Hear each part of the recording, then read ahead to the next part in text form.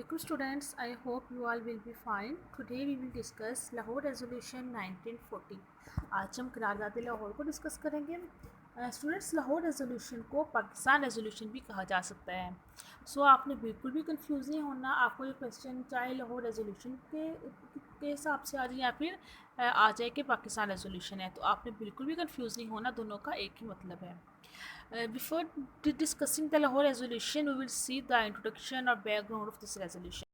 Let's start our lecture properly. First of all, इसका introduction background discuss करते हैं. 27th annual session of All India Muslim League held on 23rd of March 1940 at Iqbal Park, Lahore. All India Muslim League का जो 27वां सालाना इजलास था वो 23 मार्च 1940 को इकबाल पार्क लाहौर में मुनक़द हुआ. स्टूडेंट्स, इकबाल पार्क वो जगह है जहाँ पे अब मीनार पाकिस्तान है. ठीक है. And this session was presided by Quaid Azam. इस जलसे की सदारत कायद आज़म ने की थी. And resolution was presented by A.K. Fazlul Haq. A.K. Fazlul हक ने वहाँ पे एक रेजोल्यूशन पेश की थी. Students, A.K. फजलुल हक को टाइगर ऑफ बंगाल भी कहा जाता है क्योंकि A.K. फजलुल हक बंगाल में मुस्लिम लीग के बहुत ही प्रोमिनेंट रहनुमा थे. इन्हें टाइगर ऑफ बंगाल यानी कि शेर बंगाल कहा जाता है. ये आपसे as MCQs as a short question पूछा जा सकता है कि who was called the tiger of Bengal. The answer is that A.K. Fazlul Haq. ठीक है students, I am explaining again कि ऑल इंडिया मुस्लिम लीग का जो 27वां सालाना इजलास था वो 23 मार्च 1940 को इकबाल पार्क लाहौर में हुआ और इस जलसे की सदारत कायद आज़म ने की थी और वहाँ पे फजलुल हक ने करारदाद पेश की थी जिसे लाहौर रेजोल्यूशन कहते हैं. एंड उन्हें A.K. फजलुल हक को टाइगर ऑफ बंगाल कहा जाता है. स्टूडेंट्स, यहाँ पे आपके दो शॉर्ट क्वेश्चन बनते हैं. When was Lahore resolution passed? Answer is that on 23rd of March 1940. And the second question is that who presented the Lahore resolution? The answer is that A.K. Fazlul Haq. ठीक है स्टूडेंट्स, तो एक और क्वेश्चन बन सकता है कि who presided the Lahore who presided the 27th annual session of All India Muslim League? Answer is that कायद आज़म मोहम्मद अली जिन्ना. ठीक है स्टूडेंट्स, इसका इंट्रोडक्शन है, इसका बैकग्राउंड है.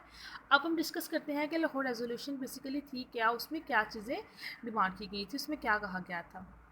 यानी कि टेक्स्ट ऑफ लाहौर रेजोल्यूशन, इसमें यह कहा गया था no constitutional plan would be workable or acceptable to the Muslim. कि कोई भी कॉन्स्टिट्यूशनल प्लान यानी कि आइनी मनसूबा उस वक्त तक वर्केबल काबिल अमल और एक्सेप्टेबल और काबिल कबूल नहीं होगा अनलेस इट प्रिपेयर्ड, जब तक इसे in the light of the following basic principle, जब तक इसे बेसिक जो हमारे ये बुनियादी असूलों के अकॉर्डिंग इसे प्रिपेयर न किया जाए.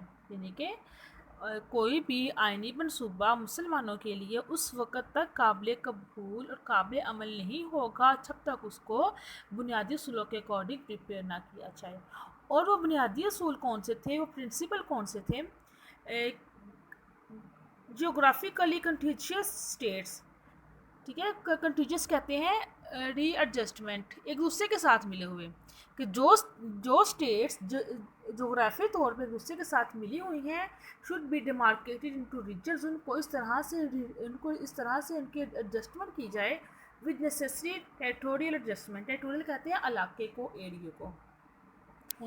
ठीक है स्टूडेंट्स, फॉर एग्जांपल कि एक इलाका है, एक एरिया है, वहाँ पे मुसलमान माइनॉरिटी में है, लेकिन उस इलाके का एक छोटा सा हिस्सा ऐसा है जहाँ पे मुसलमान मेजॉरिटी में है. तो ये जो छोटा सा हिस्सा है जहाँ पे मुसलमान मेजॉरिटी में है उसे मुस्लिम मेजॉरिटी एरिया के साथ मिलाया जाए. ठीक है. And where the Muslims are numerically in majority. For instance the north western यानी कि जो हमारा मौजूदा पाकिस्तान है, and eastern zones of India, eastern कहते हैं जो कि बांग्लादेश है, कि जोग्राफी तौर पे स्टेट्स की इस तरह से इनकी रीएडजस्टमेंट की जाए कि जो मुस्लिम मेजॉरिटी वाले एरियाज़ हैं उनको उनके साथ मिलाया जाए. और मुस्लिम मेजॉरिटी वाले एरियाज़ कौन से थे? एक तो नॉर्थ वेस्टर्न था और एक ईस्टर्न था. And there should be a group to constitute independent state in which the constituent units should be autonomous and sovereign. कि जो भी वहाँ पे there should be a group to constitute independent state के, वहाँ पे जो भी आज़ादाना स्टेट को कॉन्स्टिट्यूट किया जाए, उनको बनाया जाए, इन विच द कॉन्स्टिट्यूट यूनिट्स इस तरह से बनाया जाए कि उसमें जो भी यूनिट्स होंगे, उसमें जो भी एरियाज़ होंगे वो ऑटोनोमस हों, वो खुद मुख्तार हों एंड सॉवर, और उन्हें इक़्तिदार हासिल हो। ठीक है स्टूडेंट्स, मैं अभी इसे अगेन एक्सप्लेन कर देती हूँ कि कोई भी आइनी मनसूबा उस वक़्त तक काबिल अमल और काबिल कबूल नहीं होगा, मुसलमानों के लिए उस वक़्त तक काबिल अमल और काबिल कबूल नहीं होगा जब तक उसको बुनियादी असूलों के, बुनियादी प्रिंसिपल के अकॉर्डिंग से प्रिपेयर ना किया जाए। और वो बुनियादी असूल क्या थे कि जोग्राफी तौर पर जो स्टेट्स एक दूसरे के साथ मिली हुई हैं, उनकी इस तरह से रीएडजस्टमेंट की जाए कि जहाँ पे मुस्लिम मेजॉरिटी वाले एरियाज़ हैं उन्हें मुस्लिम मेजॉरिटी वाले एरिया के साथ ही मुंसलिक किया जाए। और वो जो कौन से एरियाज थे जहाँ मुसलमान मेजॉरिटी में थे, north western and eastern zones. ठीक है, एंड वहाँ पे जो भी इंडिपेंडेंट स्टेट बनाई जाए वो इस तरह से बनाई जाए कि वो ऑटोनोमस हो, कि उस स्टेट के हर इलाका, हर यूनिट उसका ऑटोनोमस खुद मुख्तार हो और उसे इक़्तिदार हासिल हो। इसके साथ साथ स्टूडेंट्स ये कहा गया कि it further resolve that adequate effective and mandatory safeguards should be specifically provided for minorities. Adequate कहते हैं